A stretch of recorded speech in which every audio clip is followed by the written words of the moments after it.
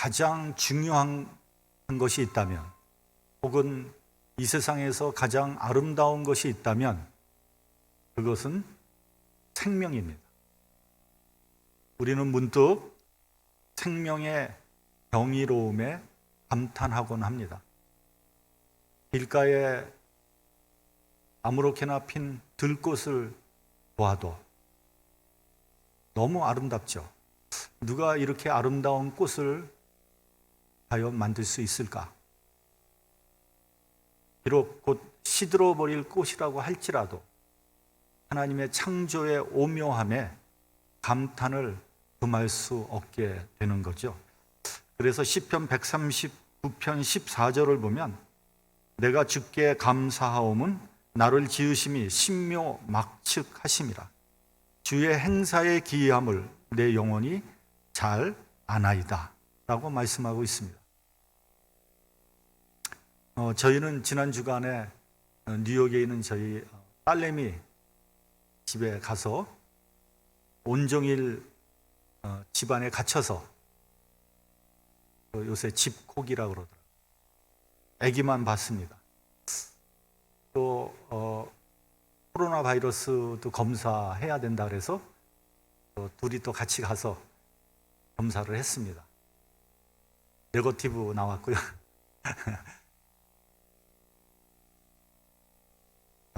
손주들이 너무 귀여웠지만 저는 육신적으로 너무 힘들었어요, 사실은.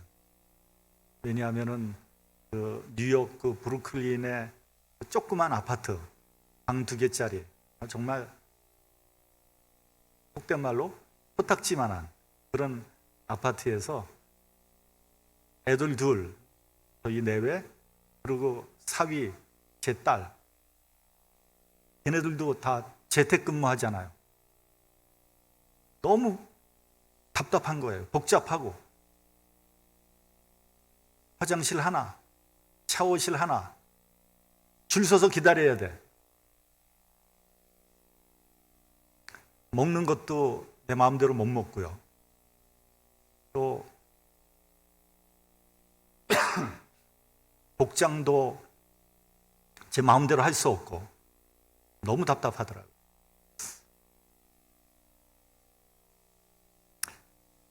그래서 이제 보통 손주들이 집에 오면 너무 귀엽고 예쁘지만 조금 있으면 너무 피곤해져 가지고 빨리 돌아갔으면 이런 생각이 든다는 거 아닙니까? 외손녀가 이제 1년 8개월인데 너무 이쁘고 귀여운 거예요. 그 앙증맞은 손발 하며 하는 행동들이 너무 예쁜 거예요. 그래서 그런 외손녀를 이렇게 바라보는 제 눈을 보고 제 처가 눈이 하트처럼 됐대. 그러면서 손녀만 너무 사랑하지 말고 손자도 똑같이 좀 귀여워해 줘라 그러는 거예요. 제가 좀 남자라서 그런지 손녀가 너무 이쁜 거예요. 손자도 물론 뭐 귀엽지만 솔직히 별로고 손녀가 그렇게 이쁜 거예요. 꽃보다 예쁜 생명을 주신 하나님은 정말 위대하십니다. 여러분, 생명이 아름다운 것은 살아있기 때문입니다. 살아있는 것은 점점 성숙해지고 풍성해집니다. 사람들은 늙어가는 것을 추해진다고 싫어합니다. 물론 그렇게 볼 수도 있어요. 그러나 어떤 사람들은 늙어가는 것이 성숙해지는 것이며 또한 익어가는 것이다. 그 표현이 너무 좋더라고요. 익어간다.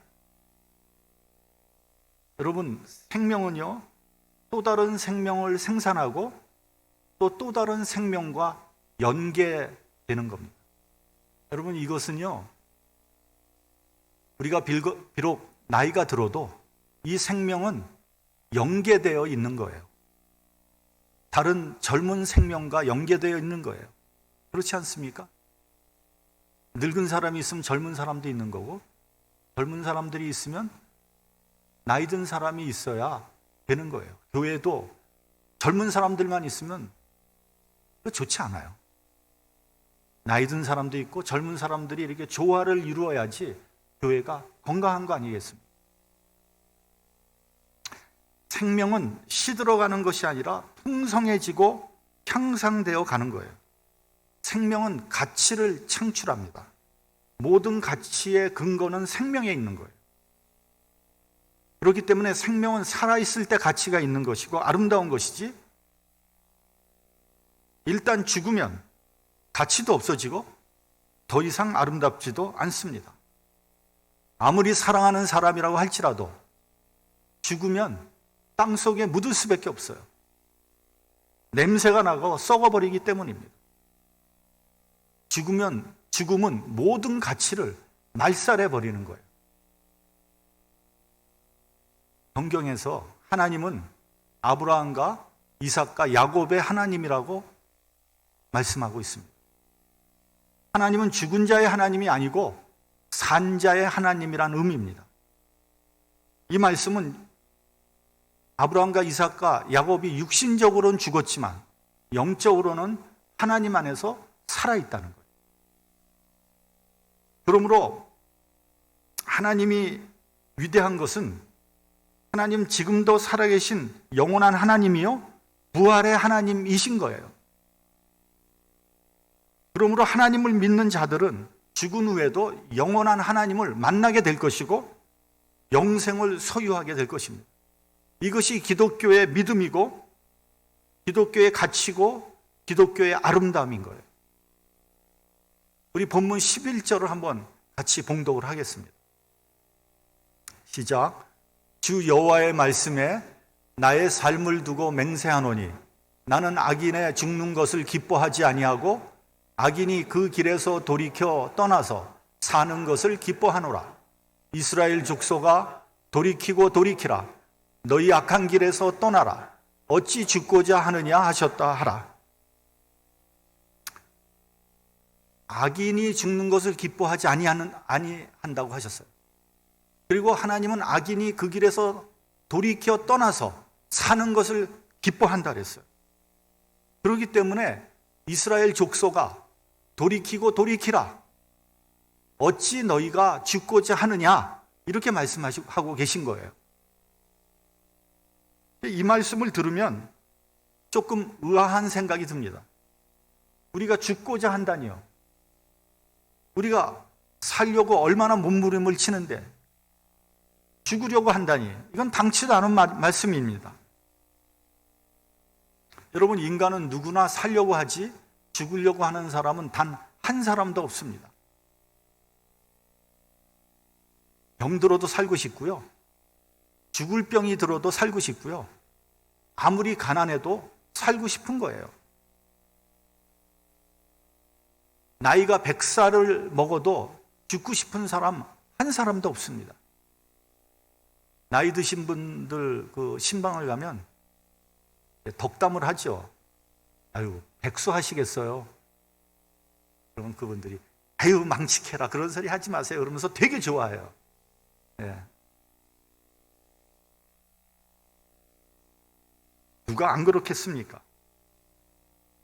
다 좋아하죠. 다 오래 살고 싶어 하죠. 죽고 싶은 사람 한 사람도 없어요. 사람들이 아유 죽어야지 하는데 그것은 나는 살아야지 하는 말과 다르지 않습니다. 어떤 사람은 자살하는 사람도 있지 않습니까? 이렇게 반문을 합니다. 심리적으로요, 자살의 동기도 지금 이 세상은 너무 힘드니까 더 좋은 곳에서 살고 싶어서 자살한다는 거예요. 특별히 인도에 가면 자살하는 사람이 이렇게 많대요. 그것은요, 힌두교가, 그 사람들이 믿는 힌두교가 윤회 사상을 믿기 때문에 그 사람들이 자살한다는 거예요.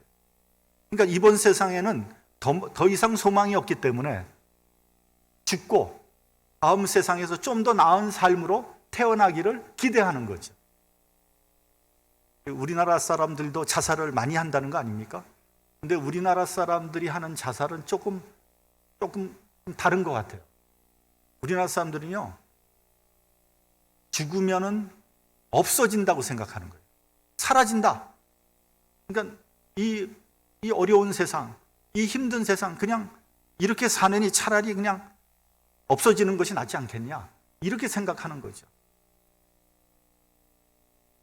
그러나 여러분, 죽는다고 없어지지 않습니다. 절대 없어지지 않습니다.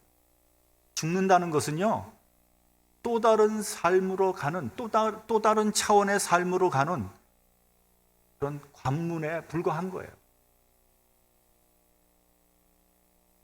그것은 성경도 그렇게 말씀하고 있고요. 여러 가지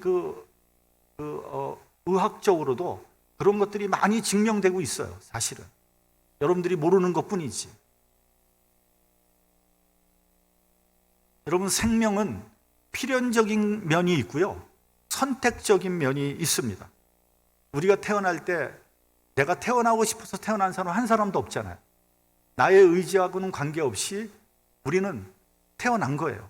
마찬가지로 우리가 죽는 것도 내가 죽고 싶어서 죽는 게 아니에요. 여러분, 병들었다고 반드시 먼저 죽는 것 아니고요, 건강하다고 반드시 오래 사는 것 아니에요. 젊은 사람이라고 오래 사는 거 아니고요, 늙었다고 금방 죽는 거 아닙니다. 하나님께서 오라고 명령하시면 갈 수밖에 없는 것이 바로 인생이에요. 이와 같이 생명은 내가 선택할 수 없는 필연적인 그런 면이 있습니다. 그러나 여러분, 생명은 내가 선택하는 면도 있다는 것을 성경은 말씀하고 있습니다. 창세기를 보면 하나님께서 에덴 동산에 선악과를 만들어 놓으시고 이렇게 말씀하셨어요. 선악을 알게 하는 나무의 실과는 먹지 말아라. 네가 먹는 날에는 정령 죽으리라. 그러니까 이 말은 무슨 말이냐면, 나의 말을 순종하면 너희는 생명의 길을 택한다는 거예요. 이와 같이 성경은 생명의 선택성에 대해서 말씀하고 있는 겁니다. 그런데 오늘 본문에 보면 너희는 어찌 죽고자 하느냐 하고 묻고 있는 거예요. 살고 싶어 하면서 어찌 죽음의 길을 선택하고 있느냐, 이렇게 묻는 거예요. 왜냐하면 우리는 살고 싶어 하면서 실상은 죽음의 길을 가고 있기 때문에 그렇게 말씀하시는 거예요. 그러면 여러분, 우리가 생명의 길을 가려면 어떠한 선택을 해야 할까요? 첫째는 먹어야 되는 거예요. 먹어야지. 너무 당연한 얘기죠. 만약에 어떤 사람이 먹지 않는다면 그 사람은 반드시 죽을 거예요.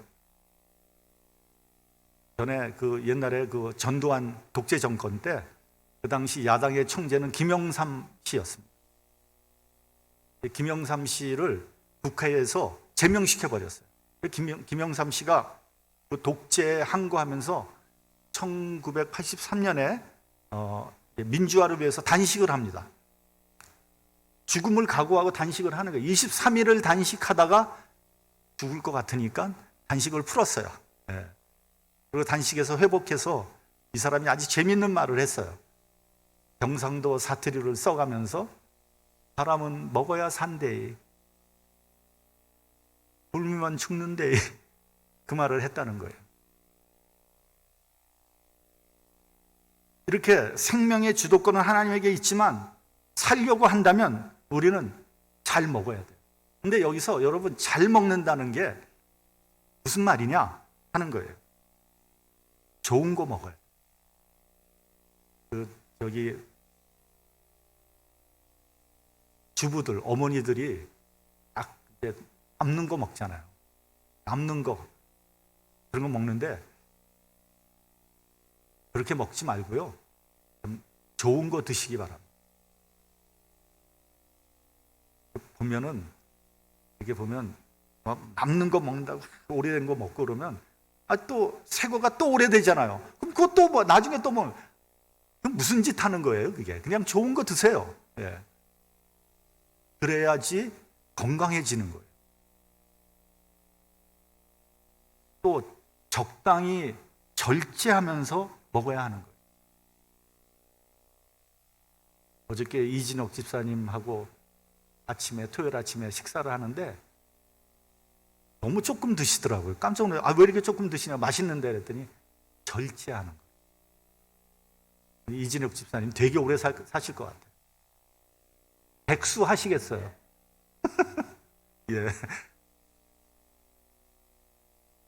절제하고 조절해야 됩니다. 그런데 여러분, 우리는요, 살기 위해 먹는지 죽기 위해 먹는지 헷갈릴 때가 있어요. 어떤 때는요, 어떤 사람은 그냥 밥을 모가지가 차도록 먹습니다. 그냥 먹고 숨도 제대로 쉬지 못해. 너무 배가 부르니까 움직이지도 못하고 또 소화제 또 먹어. 여러분, 그게 살려고 먹는 겁니까? 아니면 죽으려고 먹는 겁니까? 어떤 분들은요, 술을 마셔도 그냥 이렇게 건강을 위해서 포도주 한 잔 정도 마시는 거 누가 뭐라 그러겠어요? 그냥 뭐 독주를 막 퍼놓어. 그 죽으려고 그러는 거죠. 그게 그 살려고 그러는 거 아니잖아요. 담배를 그냥 이 속에 그냥 담배 진으로 가득 죽으려고 그러는 거죠. 그게 자살하려고 그러는 거죠. 그게 살려고 그러는 거 아니지 않습니까? 저는 이 뷔페에 가는 거 굉장히 싫어합니다. 근데 이제 가끔 어떤 성도들이 목사님 대접한다고 뷔페 좋은 데 있다고 가자 그러니 또 안 갈 수 없잖아요. 되도록 안 가고 싶어요.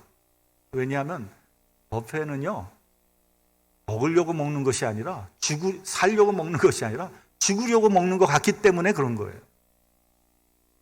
여러분, 항상 뷔페에 가면 어떤 생각하세요? 오늘은 그냥 맛있는 것만 적당히 먹고 나와야지. 근데 절대로 그렇게 못해요. 나올 때 되면 항상 후회하죠. 너무 많이 먹었네. 그런 사람들은요, 그냥 먹고 또 몸을 뺀대나 몸을 만드나 또 운동하. 저는 그거 죄악이라고 생각해요. 죄악. 여러분, 지금 지구촌에 가난해서 먹을 것이 없어서 굶는 사람들이 얼마나 많은지 아십니까? 뭐 아프리카, 아시아는 차치해 놓고 미국에만 봐도 미국의 어린아이들 중에서 20%에서 25%가 점심을 굶는다는 거예요. 먹을 게 없어서. 여러분, 그게 믿어집니까? 근데 그게 사실이에요. 우리가 살려면 적당히 절제하며 먹어야 합니다. 둘째는 환경 문제예요.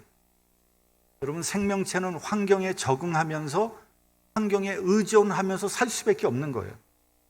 환경에 적응하지 못하면 그 생명체는 멸종되고 마는 거죠. 그런 면에서 인간과 환경은 불가분의 관계가 있는 거죠. 인간은 환경에 의존하는 것만큼 환경을 보호해야 합니다. 그것이 인간이 사는 길이에요. 그런데 여러분, 지금 우리 인간이 환경을 파괴하기 때문에 당하는 피해를 우리가 지금 직접 당하고 있잖아요. 목도하고 있지 않습니까? 한국이 지금 태풍이 계속 그냥 쉴 새 없이 장마, 홍수, 태풍, 코로나 너무너무 힘든 거예요. 저희도 힘들지만 거기에 그냥 엎친 데 덮친 격으로. 그게 다 왜 그런 거겠습니까? 이게 환경에 대한 피해거든요. 이게 재난이에요, 재난. 그래서 앞으로 기후와 환경의 변화 때문에 당할 그 피해는 우리의 상상을 초월한다는 거 아닙니까?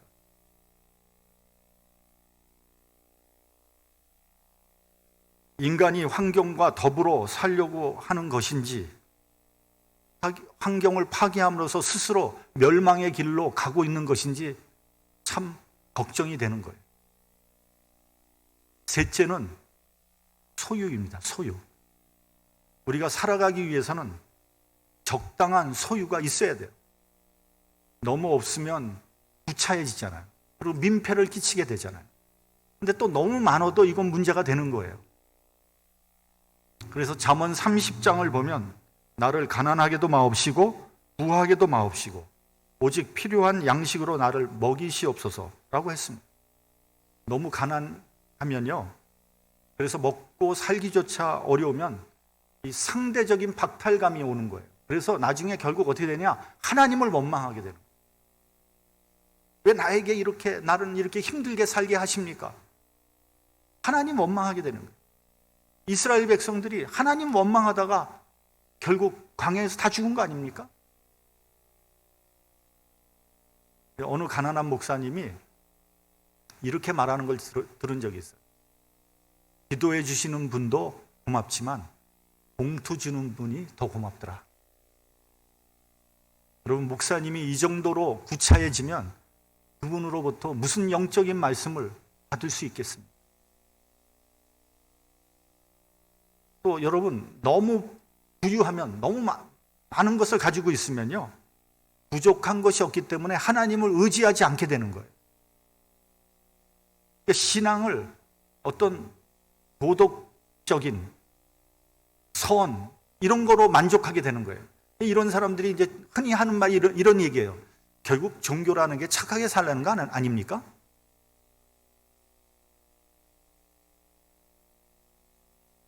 그래서 그런 사람들은, 보통 부자들은 이렇게 얘기합니다. 나는 착하게 살았습니다. 난 남 도와줬고요. 그래서 그런 사람들은 대부분 구김살이 없고요, 착합니다. 그러나 여러분, 신앙은요, 어떤 도덕이나 선을 넘어서 생명이에요. 여러분, 착하고 선하다고 도덕적이라고 생명이 있는 것은 아니에요. 예수께서 요한복음 11장에서 나는 부활이요 생명이니 나를 믿는 자는 죽어도 살겠고 무릇 살아서 나를 믿는 자는 영원히 죽지 아니하리니 이것을 내가 믿느냐. 여러분, 예수님이 착한 사람들은 생명이 있나니 이렇게 얘기하지 않았어요. 예수님을 믿는 자는 생명이 있나니 이렇게 얘기하셨죠.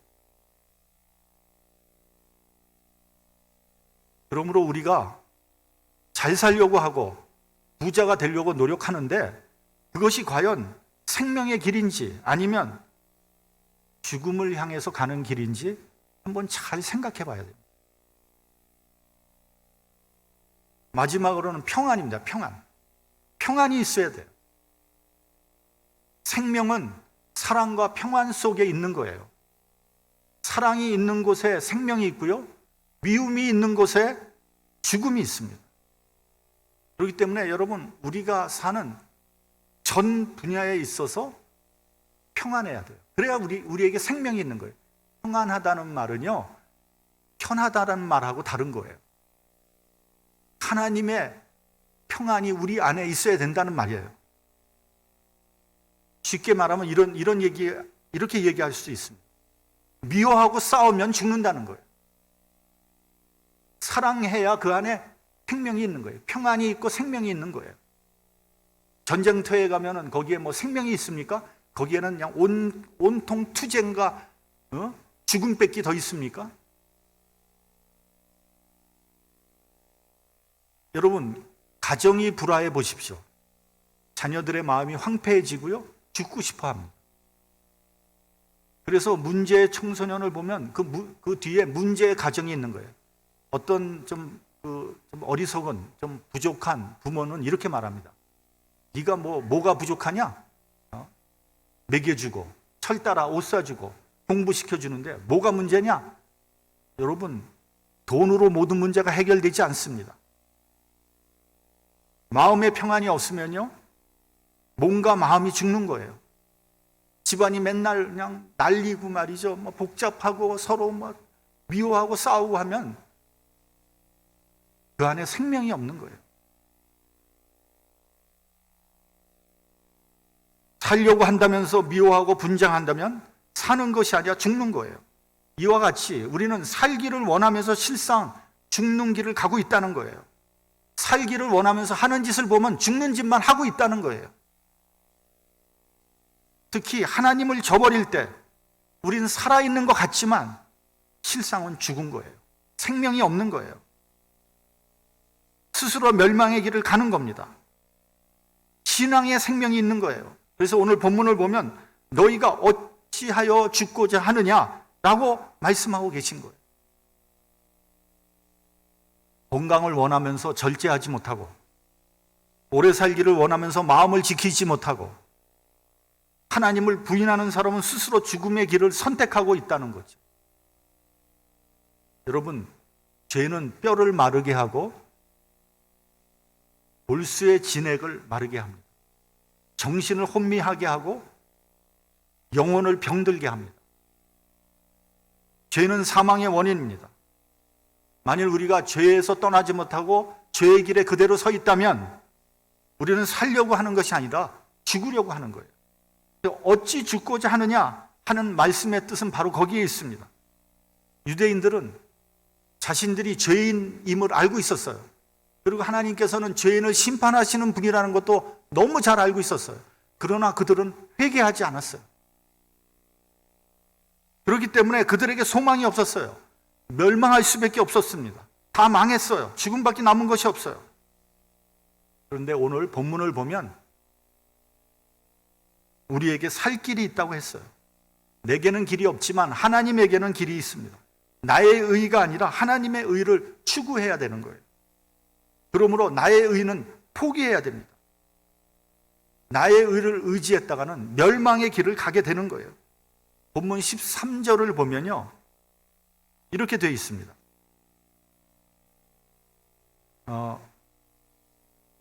그 의를 스스로 믿고 죄악을 행하면 그 모든 의로운 행위가 하나도 기억되지 아니할 것이라 그랬어요. 그는 죄악 중에 죽을 것이라고 했습니다. 그러나 죄인이라고 할지라도 돌이켜 자기의 죄에서 떠나서 법과 의대로 행하면 그는 정녕 살고 죽지 않을 것이라고 했습니다. 여러분, 우리들의 현 주소는 어디입니까? 우리는 사실 지금도 죄 중에 살고 있다는 거예요. 우리는 분명히 멸망할 수밖에 없는 죄인이라는 사실입니다. 이대로 갔다가는 소망이 없습니다. 그러나 감사하게도 우리가 이 시간에도 하나님 말씀을 들을 수 있다는 것입니다. 하나님은 말씀을 통해서 우리에게 말씀하고 계십니다. 이는 하나님께서 아직도 우리에게 기대를 가지고 계시다는 증거입니다. 그러므로 끝났다고 생각하지 마십시오. 지금이 생명의 기회요, 소망의 시간입니다. 하나님의 은혜와 사랑이 여기에 있는 거예요. 하나님은 우리에게 생명의 길로 나오라고 촉구하고 계십니다. 오늘 본문에서 보면 돌이키고 돌이키라고 했습니다. 오늘 본문을 보면 돌아오라는 그런 말씀이 6번이나 반복되고 있습니다. 여러분, 본문에서 돌아오라는 의미는요, 후회하고 누이치고 자책하고 책망하고 이런 얘기가 아닙니다. 회개는요, 3가지의 변화가 반드시 나타나야 되는 거예요. 첫째는 마음의 변화가 있어야 되고요, 둘째는 태도의 변화가 있어야 되고요, 셋째는 생활의 변화가 있어야 되는 거예요. 많은 사람들이요, 내 마음은 변화했다 그래요. 내가 이제부터 예수를 믿겠다. 근데 태도가 변하지 않는 것 같아요. 태도가 변하지 않아요. 아직도 그대로 교만한 마음이 그대로 있어요. 교만한 태도. 아직도 나의 의를 의지하고 있는 거예요. 근데 태도까지 변했는데 생활의 변화에까지 이르지 못한 거예요. 여러분, 어떤 사람, 저 사람 교회 다닌대. 저 사람이 교회 다녀? 저 사람이 교회 다니면 나는 그보다 훨씬 더 선하게. 이런 사람들이 있지 않습니까? 생활의 변화가 일어나지 않은 거예요. 도대체 저 사람이 교회를 다니는 사람인지 하나님을 믿는 사람인지 안 믿는 사람인지 알 수가 없어요. 생활의 변화가 일어나지 않은 그런 사람들 생명이 없는 거예요. 오늘 본문에서도 한번 보세요. 전당물을 도로 주며 억탕물을 돌려보내고 생명의 율례를 준행하며 다시는 죄악을 짓지 않는다면 그가 정녕 살고 죽지 않을 거예요. 전당물을 돌려줘야 되는 거예요. 이 생활의 변화가 일어나야 되는 거예요. 그리스도인답게 살아야 되는 거예요.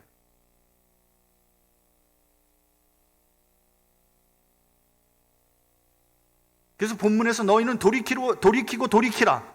너희 악한 길에서 떠나라. 어찌 죽고자 하느냐 거듭 말씀하고 계신 거예요. 예수께서 산상수훈을 통해서 우리에게 빛과 소금이 되라고 말씀하셨어요. 여러분, 그 의미는 무슨 말이냐면요, 내 생활 속에서 변화를 보여서 내가 빛으로 소금으로의 역할을 감당하라는 거예요. 그러면서 예수께서 소금이 짠맛을 잃어버리면 어떻게 된다 그랬어요? 길가에 버려질 것이고 사람들이 그 소금을 밟고 다닌다 그랬어요. 그 의미가 뭡니까? 그리스도인이 그리스도인답게 살지 않으면 이 세상 사람들로부터 멸시를 당하고 조롱을 당하게 될 거라는, 저것도 예수 믿는다고. 생활의 변화가 일어나지 않은 거예요. 생명이 없는 거예요.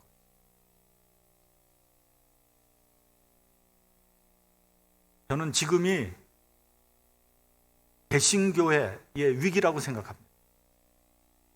코로나 사태로 교회가 누란의 위기에 봉착했습니다.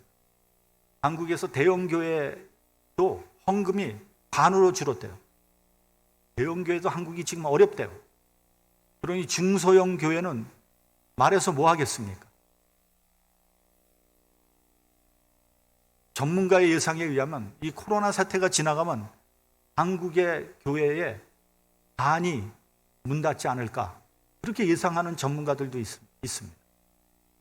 여러분, 이런 현상은 미국에 있는 한인교회도 별로 다르지 않습니다.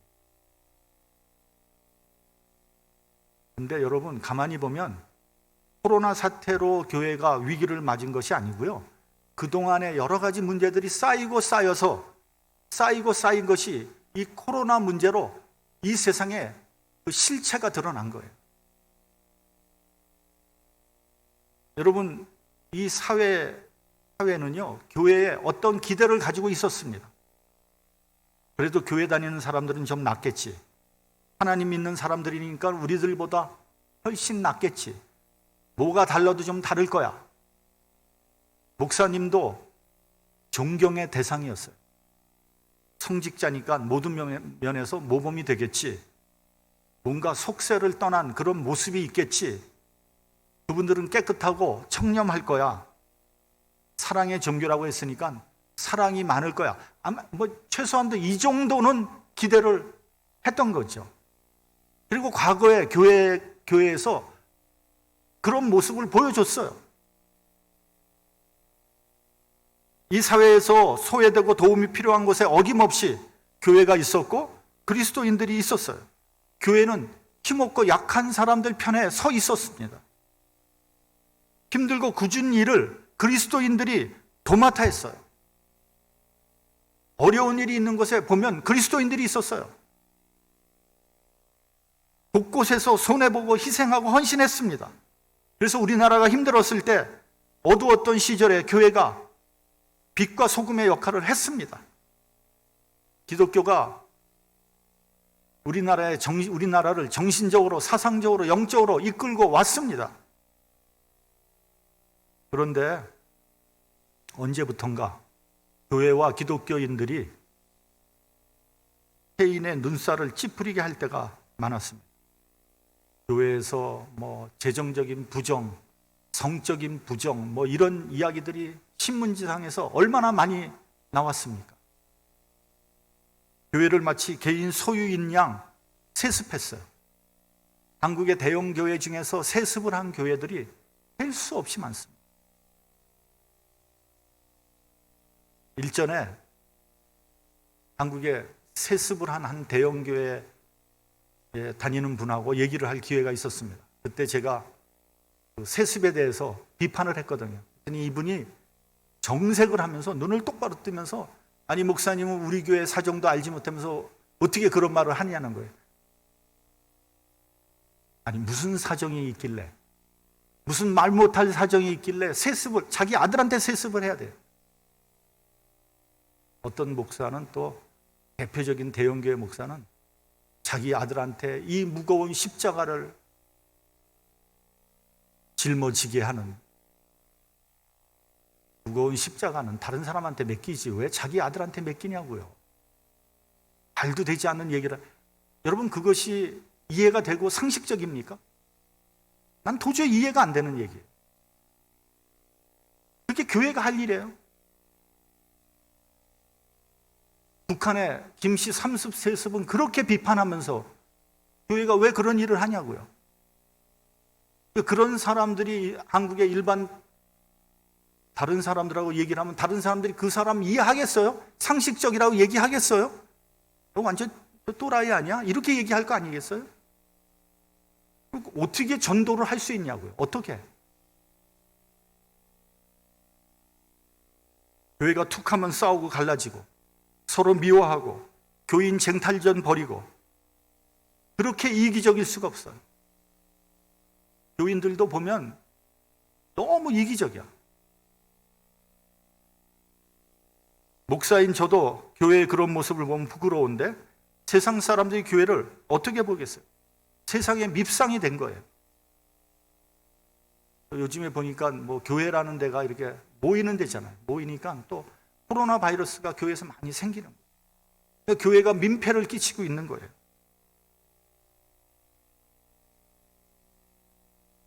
교회가 돌이켜야 됩니다. 우리 성도들이 돌이켜야 됩니다. 그렇다고 너무 낙심할 필요는 없어요. 늦었다고 생각할 때가 바로 하나님께서 역사하실 때입니다. 우리의 의를 포기하고 하나님의 의가 드러나야 합니다. 교회는 항상 위기에 놀라운 능력을 발휘했습니다. 가장 어려울 때 교회는 어려움을 딛고 일어나서 세상에 빛을 발했습니다. 그것은 역사가 증명하는 바입니다. 그러나 한 가지 단서가 있어야 돼요. 돌이키고 돌이켜야 돼요. 진짜 돌이켜야 돼요. 교회가 변화돼야 돼요.